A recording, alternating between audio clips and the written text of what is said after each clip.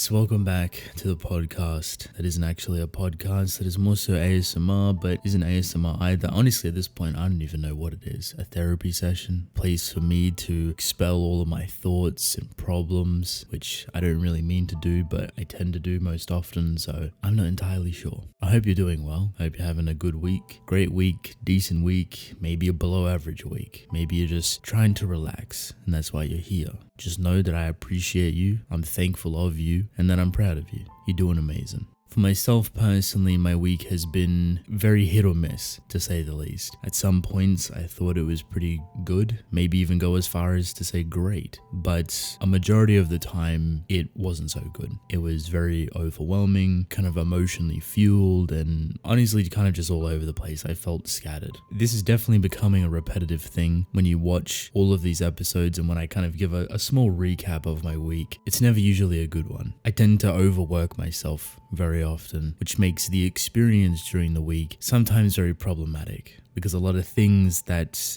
tend to kind of fall out of my control within doing work becomes very annoying. And I try to keep it cool, calm, and collected. I don't necessarily ever get angry about it, but I do definitely get annoyed, and it derails my train of thought, completely just kills any sort of intention that I have, kills any sort of motivation that I have to do work. Because my videos do take a decent amount of time to complete, and I'm very picky and choosy, and I want things to be as perfect as possible, and that in itself is a burden, but one that I'm happy to kind of uphold because I enjoy the quality. Even if that video does poorly, which definitely is extremely annoying and something that's completely out of my control, maybe the video is just not entertaining, maybe I should do it a different way or better. If it doesn't do well, it's not the end of the world. At least I'm happy with myself in producing that type of quality. Does that make sense? If I really cared about subs, or if I really cared about viewership, or if I really cared about being big and famous, I would upload daily with the most clickbait of titles and not care about quality whatsoever. But that is not sustainable. It's not a fun way to do things. It's extremely boring. The quality is absolute dribble, and I would not be happy with myself doing that. I don't have a problem with anyone else doing it, or other YouTubers that have gone down that process maybe, but I think people don't realize that you can burn out extremely quickly, and uploading daily is the quickest way to do it. Even though YouTube rewards it so much, you will find yourself being some sort of ticking time bomb, constantly trying to work and create an idea, and God forbid there's any sort of quality that you're putting into it, you're just stressing yourself out even more. This completely changes over time, and if you have like a full editorial team behind you that helps alleviate a lot of that problem, a lot of that stress. If you're not editing your own videos, by all means, do what you must. Do what you want to do, what you're comfortable with, of course. But for myself, that is constantly trying to improve, constantly trying to keep my head above water in terms of just being creative and keeping some sort of quality control while keeping some sort of relevancy, while keeping some sort of entertainment value, it obviously can be very stressful. And I'm more than positive 100% that every younger YouTuber or newer YouTuber that comes into the scene feels this exact same sentiment, except in a lot more of a confusing type of way, because they're still growing, they're still trying to find themselves, they're still trying to make content that they feel like is worthwhile. Do they favor quality over quantity, or vice versa? Do they try and mix both together? Do they hire an editor? What works for them? I think YouTube does a very poor job for younger creators to inspire them. Don't get me wrong, there's a lot of stuff on the side, courses, etc., little bits and pieces that YouTube give you, but the way they handle younger creators that are trying to be independent, that are trying to create their own path and build it from scratch, there's really not all too much YouTube or anyone else can give. This might sound completely irrelevant in the grand scheme of things, but I feel like I still feel a lot of those things even past 100,000 subs, which by no means is like the biggest milestone ever, but it's one that I'm super proud of, and I'm happy that I was even able to achieve it, because there was points where I thought, this is it, this is the end, I'm done. I don't want to do YouTube. It's stressful, it's completely overwhelming, and I'll just go back to doing another regular job, potentially be unhappy. But I pushed myself to be here, to make the sacrifices that I made, made, and it's not the end of the world type ordeal. It's not the most difficult job in the world, and of course there is an endless amount of jobs that are extremely tiring and difficult and overwhelming and mentally, emotionally taxing. But I do think that any sort of creative person knows how taxing it can be. Whether you're an artist of any kind, you work for a company, you work for yourself, whether you create stuff for sculptors or painters, or basically any outlet that is creative that you're making money off, can be inherently stressful. And YouTube doesn't really give the guidance that I feel like it should for its younger creators, to put them on a direction that is healthy, because what they support, what they cherish, is people that upload daily, that pull in views. And that is the only way that you can pull in views in a very quick manner.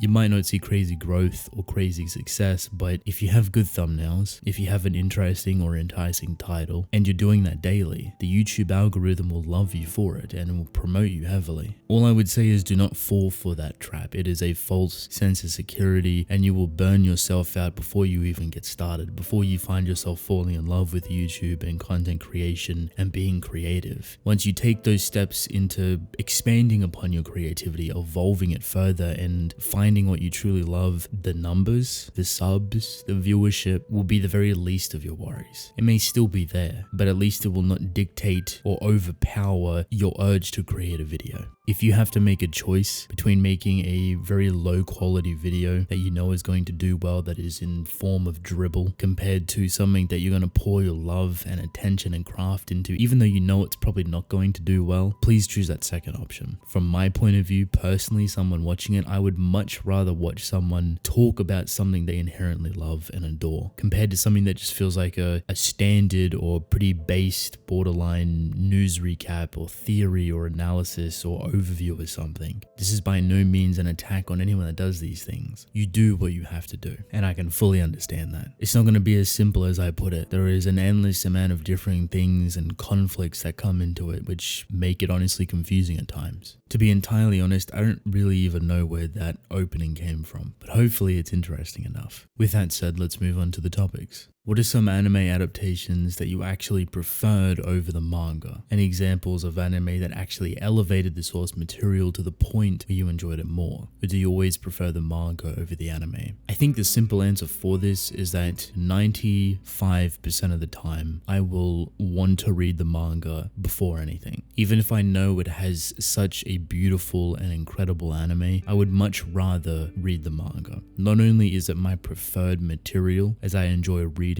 a lot more, and I absolutely adore the artwork and the style of artistry that goes into manga creation, because it's a whole different approach. Like, anime is incredible, don't get me wrong, it's a great medium, it's super entertaining, but for myself, I much rather appreciate more so the intimacy of manga, the slow and methodical moments that feel very long and drawn out, yet is only within a potential 20-page chapter. Does that make sense? You can definitely get that same effect, obviously, in anime or movies or TV shows, whatever it may be, but it's very restricted. There's a time limit, obviously, they have to uphold. So manga, the intimacy or the intricacies of these moments feel a lot more depthly, and because of that, the result is that I have a lot more of a connection to them. Off the top of my head, I don't think there's any anime that overshadow the manga for myself. I guess it would just be stuff that doesn't really have any sort of source material or doesn't have a legitimate manga source material. I think a great example of that is Clannad. I don't think Clannad has a manga at all. I think originally it was a light novel, or maybe even some sort of game.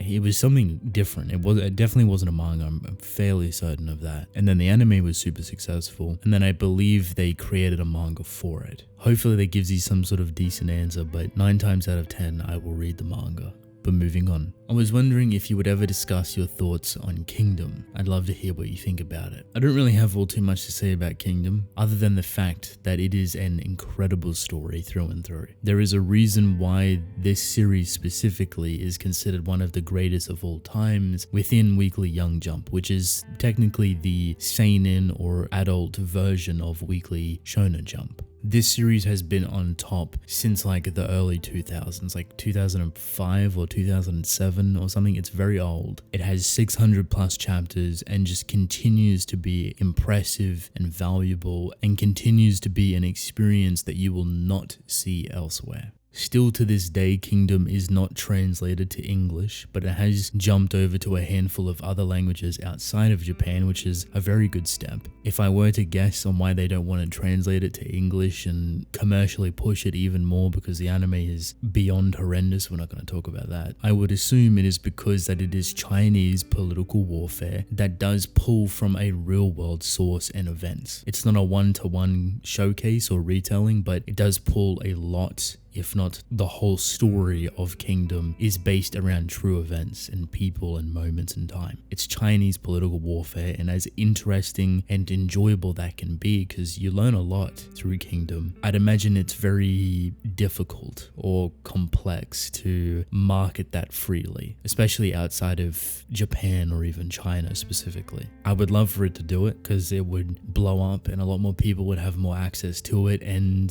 its sales would skyrocket. But it's honestly crazy just to realize that it is competing with so many other series within the top 5 without even having a massive market of its audience being sold to, which is English readers. Not to mention the litany of other languages that people read it in and only have just as of recently gotten access to it over the past handful of years. All in all, Kingdom is great. It's incredible. I recommend you go read it if you are interested, and you will most likely 100% enjoy it. But moving on, I know you're more of a workaholic, but I'm sure you've experienced these feelings. Do you have any tips for feeling demotivated / burnt out? I may be a workaholic, but because I'm so much of a workaholic, I do 100% feel demotivated and burnt out. They are most definitely joined by the hip. Even though I absolutely love what I do, I love to work, and I get lost in the amount of work that I do because of the overall clarity of my work and me losing sight of it. I can work for way too long. I can neglect a lot of things that is very unhealthy. I might not eat for the entire day. I might not drink any sort of water, which is the reason why I tell people to drink water, because I personally forget, because I get lost in my work. But because of that, there is times where I get extremely burnt out and I will not want to touch my computer. I will not want to touch my phone. I don't want to look at emails. I don't want to do anything. I don't even want to go on Twitter.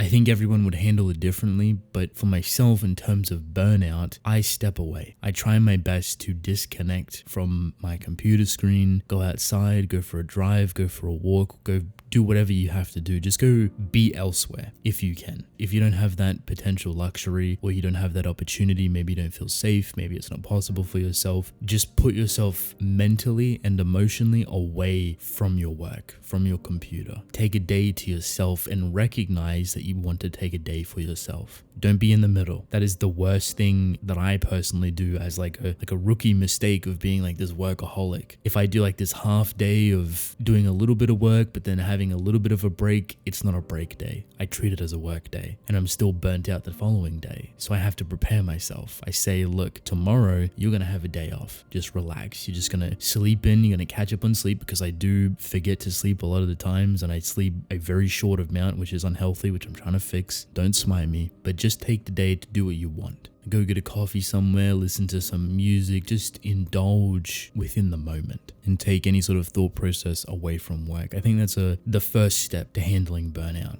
The second step is probably more so putting yourself in a position where you don't burn out so often. So I burn out usually from work because I overwork myself. So the best response to that would be to not overwork myself, right? Like, you think it would be that simple. It really isn't. But when it comes to YouTube specifically, I guess the best way to not put yourself in a position to burn out is don't strive for numbers. I think the quickest way to be demotivated and or burnt out is when you put so much time and love into a video and it doesn't get the reception that you want. I first-handly still experience this, and I try my hardest to completely avoid it, to not look at it and be like, okay, look, I put 30 to 40 hours in 3 days on this video and it didn't do all too well. It done pretty poorly. Of course, I'm going to be demotivated. I'm going to be burnt out if I let that sit within my heart or within my head too long. But if I'm able to brush it off as best as I can and be like, you know what, who cares about it? It failed. I had a feeling it might have failed. It flopped, whatever. Move on. Next video. Continue. Go from there. And that's kind of been my train of thought as of lately, is just trying to better myself with each video video and not linger on the response of said video. Does that make sense? Because YouTube is an unpredictable platform. There'll be days where you have the best days of your life, the best views, the best videos, the best response, and then there will be equal amount of days that just feel horrible, that feel non-existent, that you feel like your channel's dying or that it's gone. So how do you avoid that? Try your best to not let it eat away at you. Going back slightly to the beginning conversation I had about YouTube not caring about its younger creators, is that it throws all of these numbers in your face. The first thing you do when you click onto YouTube is go into your studio stuff to see what's going on, to see if there's any important information, and you get slapped with a 10 out of 10 video. This video done extremely poorly. This is a really bad video. You suck. No one likes it. That's what it feels like. And you could probably ask every YouTuber this, and it is the most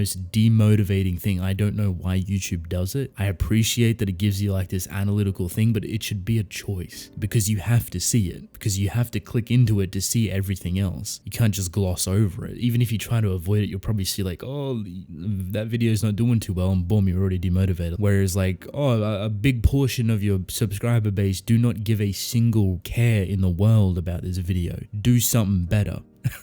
Do you see how bad that can be for a lot of people? That can just curb your motivation for the whole day, and it has done it many times for myself. Because we're not even taking into consideration how you feel outside of work, outside of YouTube, and how that influences your own work. God forbid you have a bad day and you see that, it's done. You don't want to do it. You're demotivated, you're burnt out, and they just spiral around one another. If you become demotivated, you usually become burnt out. If you become burnt out, it's usually because you're demotivated. There's no far or few between, if that makes sense. This is a very drawn out answer for this question. I apologize, but the only appropriate advice I can give is take yourself away from your work as best you can and give yourself a break, because you deserve it. YouTube may not tell you that, but you deserve a break. You've worked hard, take a breather, take a day off. It's what you need. And also don't care about the numbers. It doesn't mean to forget about them or to neglect them, but don't let them drive your thought process. Don't let them drive your creativity. Because when numbers drive your creativity, you will start uploading daily with content that you do not like, with quality that is absolute dribble in comparison to what you might have done before, and you will not be happy with it. You may get those numbers up, you may get those subs up, but your quality is gone. Your genuine authenticity is gone. Once again, I would much rather watch someone talk about something they wholeheartedly love with this passion, with this love, with this admiration, compared to something that feels like this daily repetitive rinse and repeat to get all of these views, to get all of these subs. Does that make sense? But that's just me personally. Everyone has their own approach to it. Doing the daily routes is definitely not wrong either. It's what YouTube encourages, unfortunately, and if that is something that you feel like you want to do or are happy with doing, by all means, all the more power to you. Just remember to give yourself a break. Just remember to tell yourself that it is okay to take a break. It is much more worthwhile in the long run.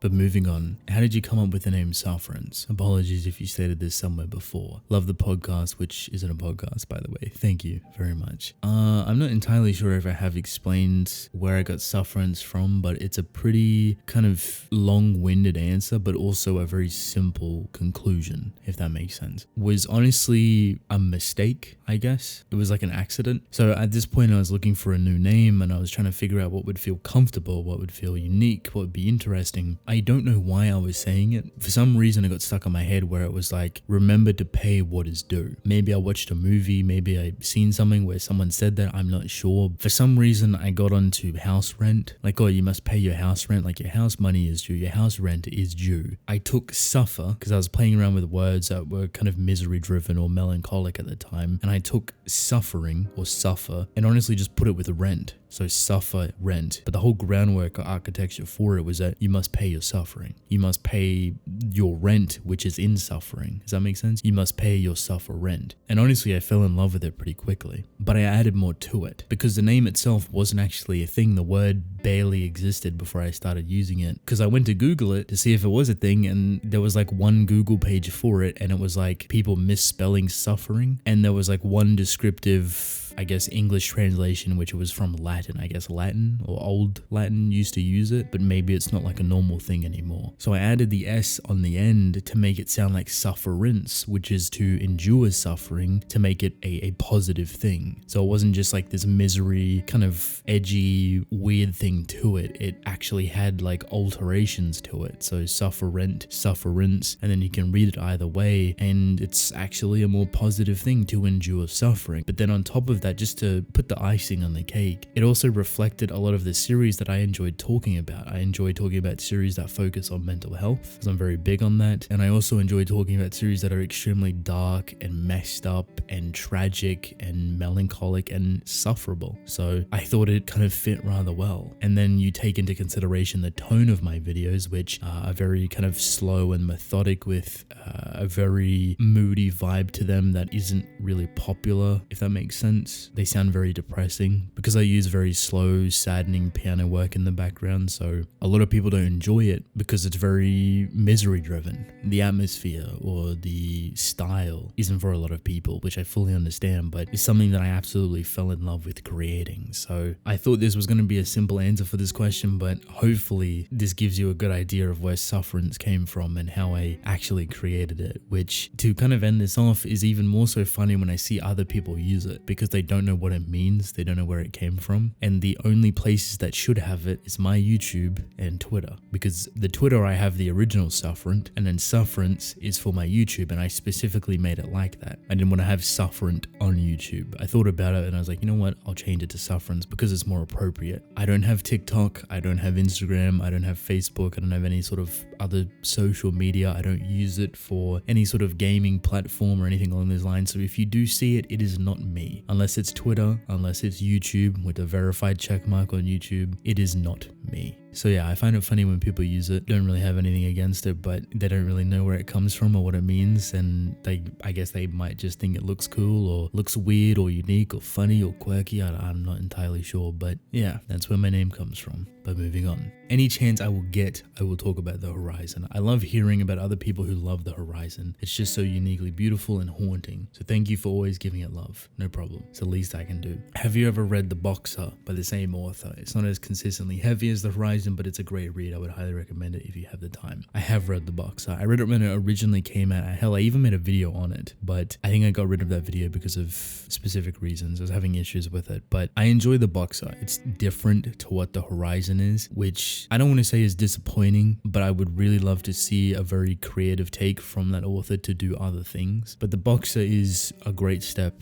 in a good direction. It just feels a little bit clustered or a little bit kind of tunnel visioned into a specific thing, because I've read a series that is very similar in design to it, which is Rikado or Rikado, I'm not sure how you pronounce it, and that has like a very similar vibe to it, and there's not all too much intensity you can bring to a boxing series that's very trauma driven, so you have to play it very carefully. I enjoy The Boxer. I think it's great. I have to kind of catch up to it. I'm sure it's done a lot of new and great things, but The Horizon, still to this day, easily one of my favorite stories. That series lives rent free in my head, and anytime I can mention it, I will mention it, because I feel like it should be experienced by a lot of people on how difficult that story is to pull off. There is a reason, and every time I will say this, there is a reason why authors avoid children with tragedy or trauma, and on top of that, war. War is the most difficult thing to kind of capture, the emotion, the intensity of it, but through the eyes of children, that's 100 times more difficult. And then you want to show the effects of war, the war-torn country, the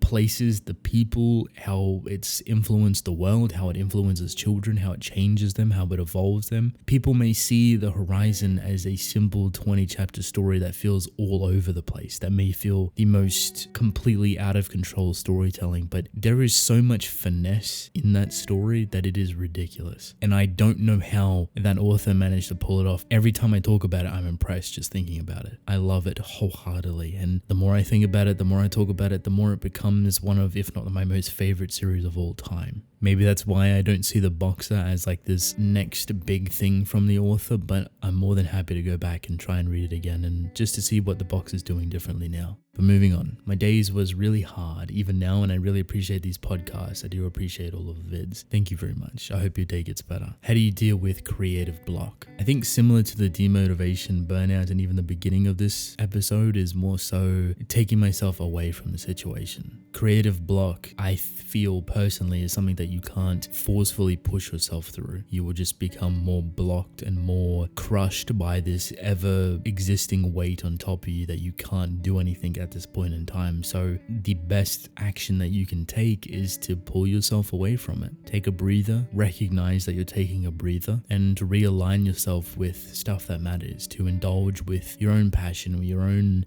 enjoyment. Watch a movie, have a coffee, go for a drive, go experience something, whatever you can, whatever's at your disposal. I think that is the best answer I can give. And I may be a hypocrite saying that because I don't always follow those rules, but try your best to do it at least once. And then if it does work or you get some sort of good result from it, continue trying to do it and elevating it, especially if you feel that creative block starting to build up over time. So moving on to the second last question. What softwares do you use for editing videos and making thumbnails? Pretty simple. Photoshop for thumbnails, Adobe Premiere Pro for video creation, editing, and then Adobe Audition for audio recording. You don't have to use these. There's a lot of great programs that can be used to replicate all of this stuff, and even then I don't really do anything all too crazy. Basically all of my stuff can be replicated or reworked or redone within other softwares. I'm just super comfortable with these softwares and I've learned to use them very efficiently to save a lot of time. So moving on to the last question. Do you think that more philosophical series like Pun Pun should be held by the same regards as series written purely for the aspect of entertainment, even if they share an incredibly strong, life-changing message to the reader? Or should they be looked at completely differently? This is a very loaded question. I think perspective is everything. I also think corporate has a massive say in what will be successful and what will be seen more often than anything else. The interesting thing about Pun Pun specifically is that as much as I would love for it to have a fame similar to One Piece or Chainsaw Man or any sort of weekly Shonen Jump stories, which is heavily corporate and monetized and pushed globally throughout every facet, Pun Pun also has its own version of that success. And I think that is very interesting to have. Pun Pun's author, Ino Asano, is known as a prodigy within Japan. Alongside Naoki Urasawa, the author of Monster, 20th Century Boys, Pluto, Billy Bat, etc., these two people are known as prodigies, and you don't get a title like that very often. Where it matters for them, specifically where they probably care about, is that their audience, their home turf, their homeland, considers them some of the best and most proficient authors within the generation. I think personally that is more of a achievement or an accomplishment that you can be proud of than having your series plastered all over the news and being super successful in sales. Now, of course, authors are going to value different things, but if Ino Asano wanted to take a story like Pun Pun and do a version of it within Weekly Shonen Jump or Weekly Young Jump or any sort of weekly magazine or monthly magazine, he probably could. He could easily go into one of those mainstream magazines and absolutely obliterate it, but why would he? He gets no satisfaction probably from it other than the fact that his series is a lot more popular on the mainstream front. But he's already considered a prodigy within Japan. He's already considered an influence. He's already considered one of the best among authors in general. You could say the exact same thing to the legacy that Kentaro Miura has with Berserk. By no means is Berserk mainstream in the sense of One Piece or Weekly Shonen Jump or mainstream magazines, but Berserk's legacy is so influential, is so massive and suffocating and incredible through and through. Ino Asano has something very similar as an author that can do a story like Pun Pun so extremely well. And even all of his smaller stories are considered some of the best pieces of work that you can read. The exact same thing can be said for Naoki Urasawa. Pretty much every single work that Naoki Urasawa has done has been worldwide successful, but never within that main spotlight. Monster is considered one of the best pieces of work that you can read, and for a very good reason. Add on top of that Pluto, 20th Century Boys, Billy Bat. There's like two other works that I always forget that he does, and his catalogue of work alongside Ino Asano's catalogue of work is just brilliant and superb through and through, and they have different values towards them. This is a very long-winded long-winded answer for something that shouldn't be so long-winded, but I don't think it really matters on what my opinion is on if Pun Pun should be held at the same regards to the more mainstream stuff. I think they each bring their own value, and whatever the author wants for their work, they will adapt around it. If Ino Asano wanted Pun Pun to be the next big face of Weekly Young Jump or Weekly Shonen Jump, he definitely could do it, and it would come with new challenges and new approaches, but there's always different takes of it, and it's usually relied upon the magazine. There's a reason why deeply philosophical storytelling isn't super successful within Weekly Shonen Jump, considering that is one of, if not the biggest, most mainstream magazine to date, but that is slowly changing. We're getting more series from Weekly Young Jump, which is very slow, but more specifically Jump Plus, which gives a lot more freedom to explore those very dark philosophical themes. So you may see more stories like Chainsaw Man, like Dandadan, like Spy X Family, Kaiju Number 8, which extremely popular, but still taking it a step a little bit further away from the normal quote-unquote Weekly Shonen Jump series. Once this crown of only wanting to be published in Weekly Shonen Jump spreads to other magazines, I think you'll see stories that are a lot more complex be a lot more mainstream, whether it be monthly series or bi-weekly series or weekly series, just having a lot more freedom to tell the story that they want. Like Tokyo Ghoul, for example, with Weekly Young Jump, that captured the eyes of the world and became one of, if not the most successful Weekly Young Jump seinen story to be sold and translated across the globe. Unfortunately, Kingdom hasn't touched that because Chinese political warfare, but you can imagine how successful that would be if it was also translated into a litany of other languages and not just a small pool that it focuses on, because it's already one of the most successful series now. Hopefully that gives you some sort of answer. I apologize if it's a little bit long-winded, but that brings us to the end of the video. I do want to apologize for the lack of entertaining videos on the main channel as of recently. I'm slowly working on stuff for the side channel as well, which is a lot more simple in design, but hopefully I can get back into the flow of things soon, and starting with this, which I feel pretty confident about. I feel pretty happy because this is my second time recording it, so sitting down for an hour and a half feels a little weird because I have to edit it all the way back to like 30 to 40 odd minutes, so I feel happy with this one, which to me is a good sign. So hopefully this is enjoyable. Hopefully I can make more enjoyable content on the main channel and become a lot more consistent with that. Just trying to find my groove. I'm trying to find that comfortable spot of wanting to talk about specific things, but I do want to thank you for the support on the Tokyo Ghoul video. It done extremely well and I am very happy with that, so thank you very much. With that said, however, I want to thank you all for watching. Hope you enjoyed. Drink plenty of water and I will see you within the next one. Goodbye.